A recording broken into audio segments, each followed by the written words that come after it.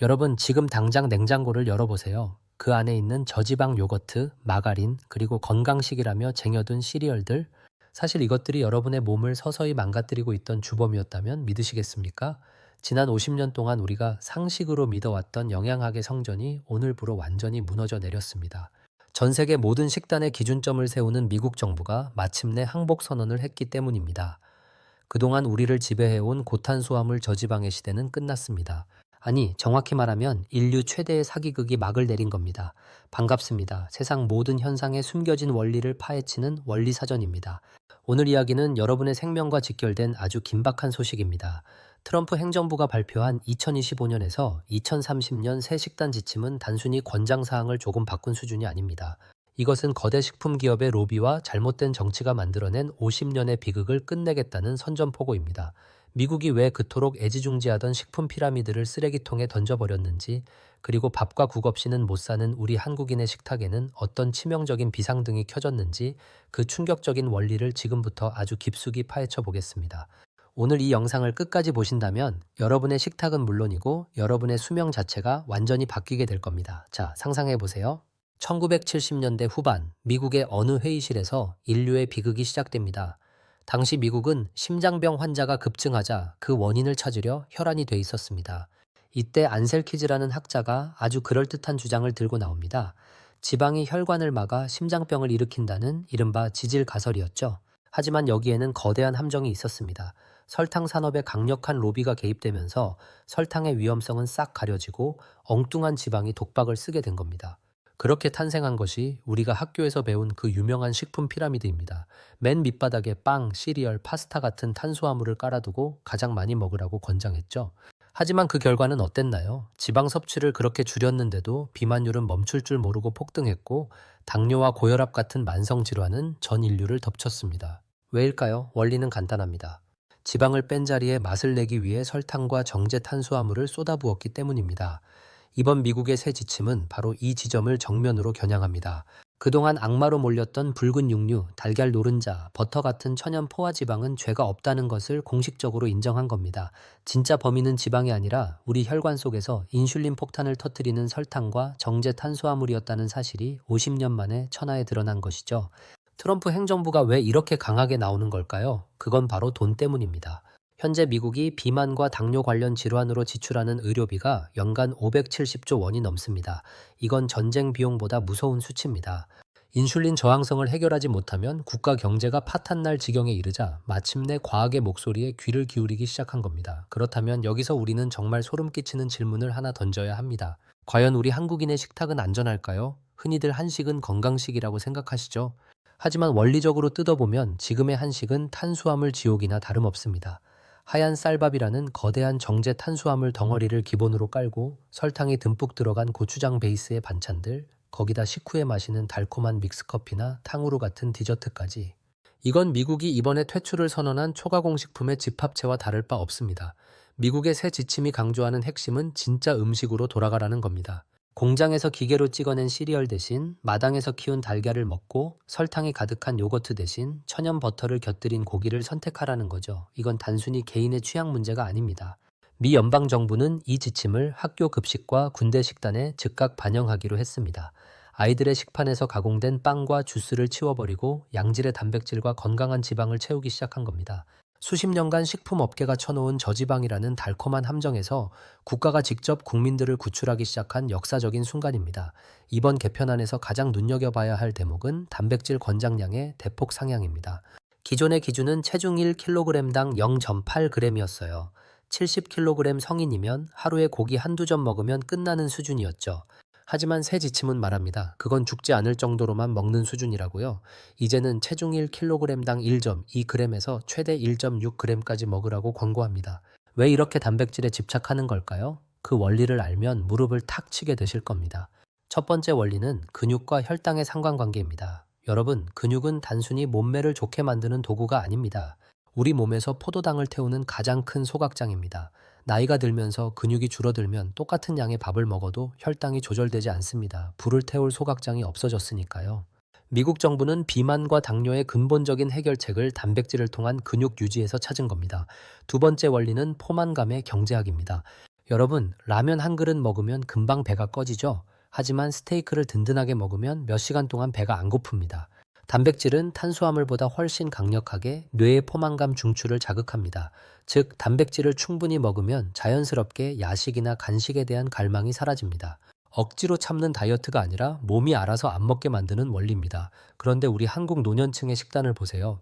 소화가 안 된다고 혹은 고기를 많이 먹으면 혈압이 오른다는 잘못된 상식 때문에 밥에 나물만 드시는 분들이 너무 많습니다. 이건 스스로 근육 소각장을 폐쇄하고 당뇨의 길로 걸어 들어가는 것과 같습니다. 새 지침은 말합니다. 70kg 성인이라면 매일 달걀 15개 분량에 달하는 단백질을 채워야 한다고요. 생각보다 어마어마한 양이죠. 이제는 밥 중심의 식사에서 단백질 중심의 식사로 패러다임을 완전히 전환해야 합니다. 자, 그럼 우리 원리사전 구독자분들은 오늘부터 무엇을 어떻게 바꿔야 할까요? 한국 실정에 딱 맞는 3가지 실전 전략을 정리해 드립니다. 첫 번째, 식사 순서의 원리를 바꾸세요. 이른바 거꾸로 식사법입니다. 식탁에 앉자마자 숟가락을 들고 밥부터 뜨는 습관, 오늘부로 버리셔야 합니다. 일단 고기나 생선, 달걀 같은 단백질 반찬부터 드세요. 그 다음에 채소를 먹고 밥은 맨 마지막에 입가심 정도로만 드시는 겁니다. 이렇게 순서만 바꿔도 혈당이 미친 듯이 치솟는 글루코스 스파이크를 막을 수 있습니다. 이건 우리 몸의 호르몬 체계를 이용한 가장 똑똑한 방법입니다. 두 번째, 포화 지방에 대한 공포를 쓰레기통에 버리세요. 삼겹살 드실 때 비계 떼고 드시는 분들 계시죠? 그러면서 쌈장은 듬뿍 찍어 드시고요. 그건 원리적으로 완전히 틀린 겁니다. 여러분을 살찌게 하는 건 삼겹살의 기름이 아니라 쌈장 속에 숨겨진 설탕과 식후에 먹는 볶음밥입니다. 버터와 달걀, 고기는 우리 세포를 만드는 귀한 원료입니다. 공장에서 만든 식용유보다 자연이 준 동물성 지방이 훨씬 안전합니다. 세 번째, 보이지 않는 설탕과의 전쟁을 시작하세요.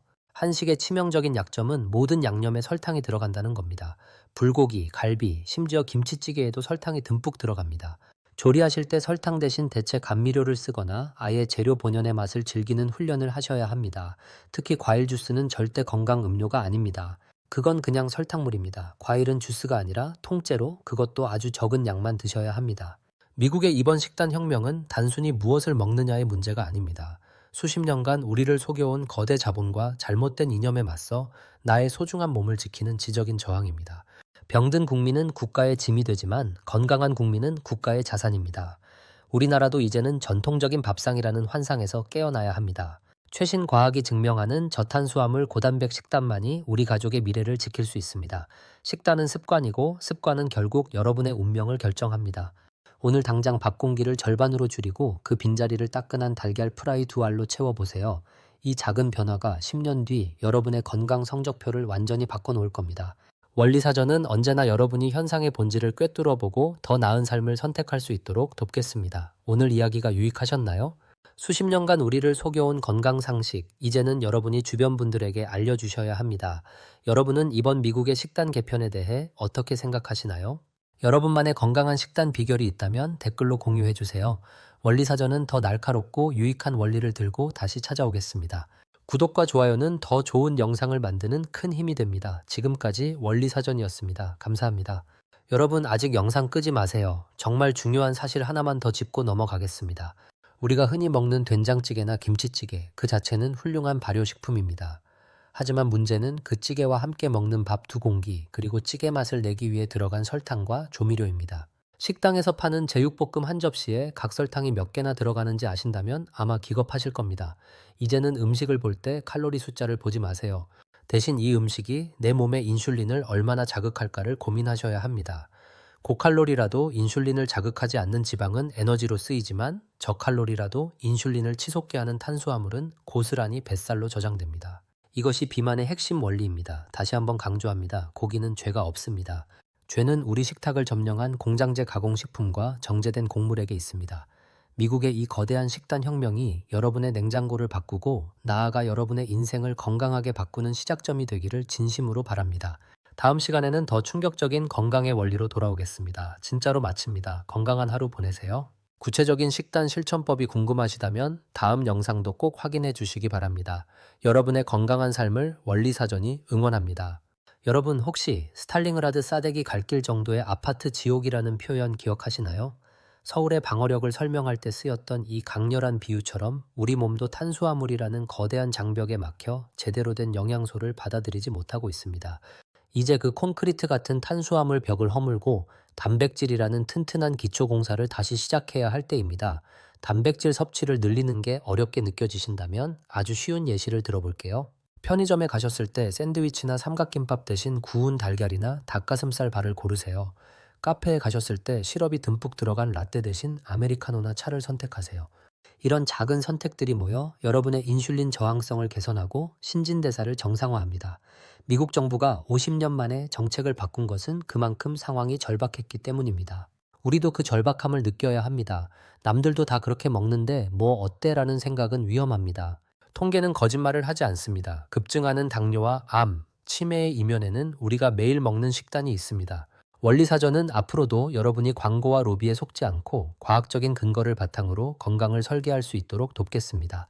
오늘 전해드린 미국의 2025 식단 지침 개편 소식이 여러분의 삶에 실질적인 변화를 일으키길 바랍니다. 다시 한번 시청해 주셔서 감사합니다. 여러분의 건강이 곧 국가의 힘입니다. 다음 영상에서 뵙겠습니다. 자, 이제 진짜 마지막입니다. 오늘 배운 내용을 세 줄로 요약해 볼까요? 첫째, 지방은 죄가 없다. 범인은 설탕과 정제 탄수화물이다. 둘째, 단백질은 생존이 아니라 최적화를 위해 체중당 1.2g 이상 충분히 먹어야 한다. 셋째, 거꾸로 식사법을 통해 혈당 스파이크를 막아라. 이 세 가지만 기억하셔도 여러분은 상위 1%의 건강 지능을 갖게 된 겁니다. 여러분의 식탁 위에 놓인 음식이 여러분의 내일을 만듭니다. 오늘부터 밥보다 고기를, 주스보다 물을 사랑하는 원리사전 구독자분들이 되시길 바랍니다. 저는 여러분의 건강한 내일을 위해 더 깊이 있는 연구로 돌아오겠습니다. 진짜 끝입니다. 감사합니다.